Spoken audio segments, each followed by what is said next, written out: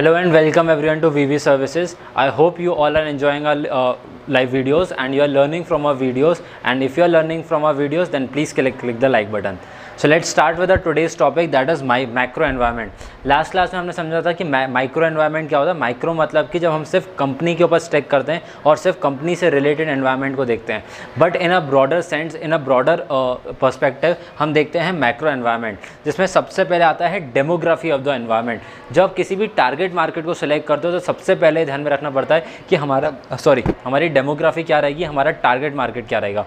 For example अगर हम तीन कंट्रीज़ को कंपेयर करें, for example customer from America, a customer from India and a customer from a very low income countries like south African countries, जहाँ पे बहुत कम economy है, यहाँ पे जहाँ की बहुत ज़्यादा पुअर इकोनॉमी है। सो सबसे पहले हम डेमोग्राफी में क्या देखेंगे कि किस कंट्री की कितनी अच्छी वेलबींग है, that will also come under economic section. But demography में और क्या देखते हैं कि पर्टिकुलर एज ग्रुप क्या है।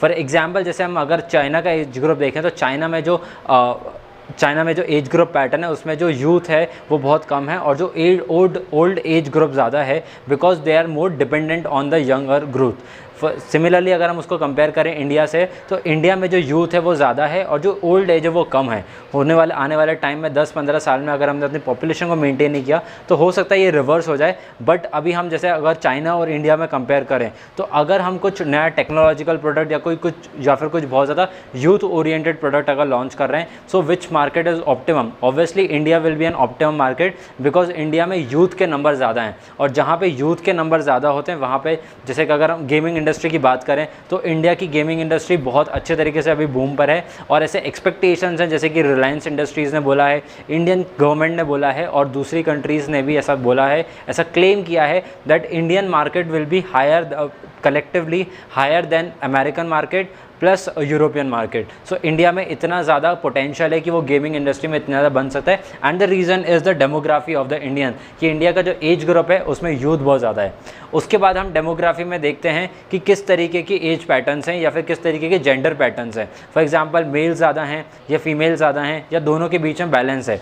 जैसे कि अगर हम पिछले 2011 का सेंसस देखें तो 2011 के सेंसस में इंडिया में जो रेशो था वो बहुत ज़्यादा रेशो था, बहुत ज़्यादा डिफरेंस था मेल और फीमेल्स में।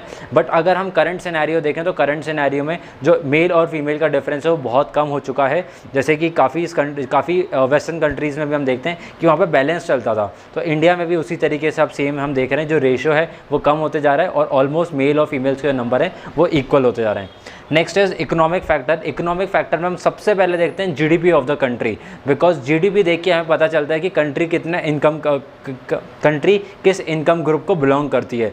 फॉर एग्जांपल जैसे अगर हमें कुछ बहुत ज़्यादा महंगा प्रोडक्ट बेचना है, फॉर एग्जांपल जैसे अगर मैं आपको 1000 रुपये का बिस्किट बेचूँ तो इंडिया में कोई भी शायद उस प्रोडक्ट को ना खरीदे, बट अगर मैं उसी प्रोडक्ट को अगर मैं यूएसए में सेल करूँगा तो obviously my sales will be less, but वहाँ पर कुछ मुझे ऐसे कस्टमर्स मिल सकते हैं जो कि उस प्रोडक्ट को भी कंज्यूम करने के लिए तैयार, because that GDP is high.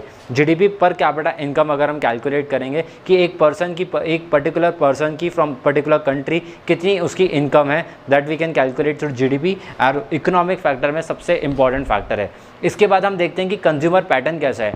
जैसे कि अगर आप मध्य प्रदेश में रहते हो या फिर अगर आप इंडियन सिटीज़न की तरह भी अगर आप देखो कि एक जो मुंबई में रहने वाला पर्सन होता है और एक कोई टियर 2 या टियर 3 सिटी में रहने वाला पर्सन हो, फॉर एग्जांपल अगर हम कंपेयर करें मुंबई और भोपाल में, तो मुंबई और भोपाल में बहुत ज़्यादा चेंजेस आ जाते हैं as compare to their consumption pattern, because Mumbai में जो लोग हैं वो बहुत ज़्यादा अलग माइंडसेट के साथ वर्क करते हैं, बिकॉज वहाँ पे वेस्टर्न कल्चर बहुत ज़्यादा इन्फ्लुएंस्ड होता है। तो जैसे कि इंडिया में जो भोपाल में एक्टिविटीज़ होती हैं वो शायद मुंबई के लिए बहुत ज़्यादा बेसिक एक्टिविटीज़ हों, और हो सकता है वो उससे ज़्यादा कुछ ज़्यादा एक्सपेंडिचर करते हों उन सेम प्रोडक्ट्स के लिए या सेम सर्विसेज के लिए बहुत ज़्यादा पे करने के लिए रेडी हों, और भोपाल में उस चीज़ के लिए ऑब्वियसली रेट वो जस्टिफाइड नहीं होगा। जैसे कि हम अगर रियल एस्टेट की बात करें तो रियल एस्टेट मुंबई में बहुत ज़्यादा महंगा है। अगर किसी को 1 BHK फ्लैट भी खरीदना तो उसके लिए भी उसको बहुत ज़्यादा एक्सपेंड करना पड़ेगा। बट अगर वही कोई पर्सन 2nd टियर या 3rd टियर सिटीज़ में खरीदे, जैसे कि अगर भोपाल में भी अगर वो सेम प्रोडक्ट को कंज्यूम कर रहा है, तो रियल एस्टेट के यहाँ पर बहुत ज़्यादा प्राइजेस लो हो जाते हैं। नेक्स्ट अगर हम देखें नेचुरल फैक्टर जैसे कि अगर हम जापान देखें तो Japan is a very earthquake prone country, वहाँ पे अर्थक्वेक बहुत ज़्यादा आते हैं। सिमिलरली ऐसी बहुत सारी कंट्रीज़ हैं जहाँ कहीं पे सुनामी बहुत ज़्यादा आती है।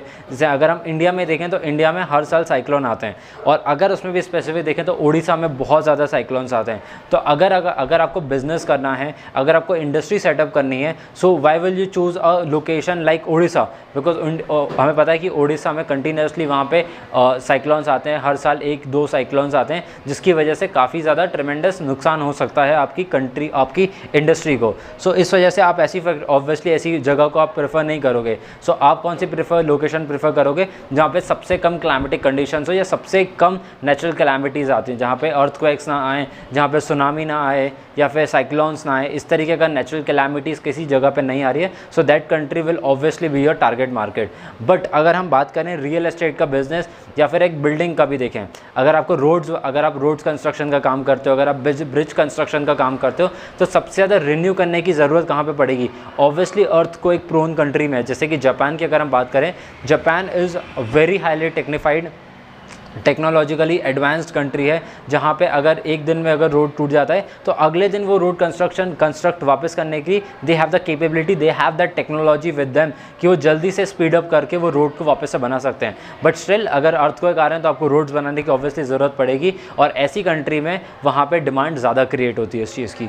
Next is technological factor, how well your country और how well your industry is equipped with technology. For example जैसे अगर हम इंडिया को अगर हम कंपेयर करें from past 10 years to till now, for example अगर मान लीजिए 2011 से या 2002 से अगर हम 2022 को कंपेयर करें, so there is a very very very drastic change, because 2002 में इंडिया एज सच बहुत ज़्यादा फ्लरिश नहीं हुआ था इन टर्म्स ऑफ टेक्नोलॉजी। उस टाइम हमारे जो मेन बैकबोन था that was agriculture, it is still till now. But अगर हम अभी क्या देख रहे हैं कि एग्रीकल्चर डिक्लाइन कर रहा है या स्टैगनेंट हो चुका है, और वहाँ पे साथ ही साथ टेक्नोलॉजी बहुत ज़्यादा बूम पर है अभी। And the reason behind is the IT sector of India, जहाँ पे पिछले साल ही इंडिया ने $113.8 बिलियन का एक्सपोर्ट किया है। That is the same amount जो हमने पेट्रोलियम में इम्पोर्ट किया है। So that is a very drastic change in terms of India's technology, because India की टेक्नोलॉजी इस रैपिड पेस पे डबल डिजिट में कंटिन्यूसली हमें हर साल ग्रोथ दिखा रही है। स्पेशली अगर हम बात करें पिछले 2 साल की, तो यहाँ पे टेक्नोलॉजिकल एडवांसमेंट बहुत ज़्यादा हुआ है। अगर हम कंपेयर करें उससे वेस्टर्न कल्चर से, तो भी हमारे जो ग्रोथ है वो ग्रोथ उनसे काफ़ी ज़्यादा रही है। नेक्स्ट इज़ पॉलिटिकल बैकग्राउंड और द पॉलिटिकल फैक्टर्स। बहुत ज़्यादा इंपॉर्टेंट होता है पॉलिटिकल फैक्टर, जिसमें हम एग्जाम्पल अगर लें तो टेस्ला का अभी एकदम ऑप्टिमम एग्जाम्पल होगा, बिकॉज वी हैव सीन कि टेस्ला के साथ क्या हुआ है। टेस्ला जब अपनी जब कार्स इंडिया में इंपोर्ट किया करते थे, हम इंपोर्ट किया करते थे टेस्ला की कार्स, तो उसके ऊपर 100% एक्साइज ड्यूटी लगती थी। दैट मीन्स कि अगर आप 50 लाख की कार खरीद रहे हो तो इंडिया में आपको वो 100 लाख की कार पड़ेगी। तो इस वजह से टेस्ला ने काफ़ी ज़्यादा इम्पोज किया इंडियन गवर्नमेंट को कि वो टैक्सेस को रिड्यूस करें ताकि इंडियन लोग इसको कंज्यूम कर पाएँ। बट इंडिया ने उसको ऑफर किया कि if you want to sell your car in India, then why you are not making your car in India? please start your why you are not starting your startup, or why you are not starting your industry or factory or a manufacturing setup in India। तो इस चीज़ को realise किया Tesla ने, और because उन्हें India एक potential market लगता है, इसलिए उन्होंने एक सेम अपना रेप्लिका निकाला मैन्युफैक्चरिंग यूनिट का, जो कि उन्होंने स्टार्ट किया इंडिया में। Similarly we can see in iPhone भी पहले अपने प्रोडक्ट्स बाहर ही बनाता था, चाइना में असेंबल करता था और फिर इंडिया में सेल करता था। तो इसी चीज़ के लिए इंडियन गवर्नमेंट ने काफ़ी ज़्यादा उन्हें इम्पोज किया, और because of their higher excise duty, जिसकी वजह से वो इंडिया में बहुत ज़्यादा अपना मार्केट कंजम्पशन नहीं कर पा रहे थे या मार्केट को कैप्चर नहीं कर पा रहे थे। तो अब उन्होंने इंडिया में अपना ही स्टार्टअप किया है, जहाँ पर उन्होंने मैन्युफैक्चरिंग यूनिट को ओपन किया है। और सिमिलरली बिकॉज अब आप हमारी ही कंट्री में ये प्रोडक्ट्स बन रहे हैं, तो इनके जो MRP है या जो इन गुड्स के प्राइजेस हैं वो भी कम हो जाएंगे। सिमिलरली पॉलिटिकल फैक्टर्स किसी भी कंपनी के लिए ओवरनाइट नाइटमेयर्स बन सकते हैं। एक्चुअली नाइटमेयर्स कैसे बन सकते हैं? जैसे कि हमने देखा था कि डीमोनेटाइजेशन हो गया था, तो डीमोनेटाइजेशन की वजह से ऑब्वियसली कोई इंडस्ट्री बंद नहीं हुई। बट अगर ऐसे ही ओवरनाइट अगर कोई कंपनी या कोई गवर्नमेंट ऐसे रूल्स निकाल ले या ऐसी कोई पॉलिसीज़ बना ले जिसकी वजह से पर्टिकुलर इंडस्ट्री को बहुत ज़्यादा इम्पैक्ट होने वाला है। जैसे कि हम अगर बात करें क्रिप्टो करेंसी की, तो इंडिया में बहुत ज़्यादा क्रिप्टो करेंसी कंपनीज हैं नहीं, बट अगर होती, जैसे इंडिया ने हमेशा एक नेगेटिव साइड दिखाया है as related to crypto currency. तो क्रिप्टो करेंसी के बैन की वजह से क्रिप्टो का मार्केट इंडिया में ऑब्वियसली बहुत ज़्यादा डिक्लाइन हो जाता है, बहुत ज़्यादा नेगेटिव सेंटीमेंट्स क्रिएट हो जाते हैं just by there one single statement. Last is the cultural diversity या कल्चरल फैक्टर, जो कि इंडिया में इमेंसली फैली हुई है। बिकॉज वी हैव सीन कि इंडिया में हर महीने या हम हर हफ्ते बोल सकते हैं कि एक नया फेस्टिवल सेलिब्रेट होता है। अगर हम हर 100 किलोमीटर पे जाएं तो इंडिया में हर एक लैंग्वेज चेंज होती है। इंडिया में अगर हम रिलीजियस फैक्टर भी देखें तो वो बहुत ज़्यादा प्रिवेलिंग है, बिकॉज वी नो कि कुछ पर्टिकुलर रिलीजन है जो मेजॉरिटी में, बट स्टिल इंडिया में हर एक फेस्टिवल सेलिब्रेट किया जाता है। सो अगर हम कल्चरल फैक्टर में देखें तो India is number 1 obviously because of our various religions, because our linguistic factors and various factors that govern our culture. So this was all about macro environment, जहाँ पे 6 major points हैं इसके लिए।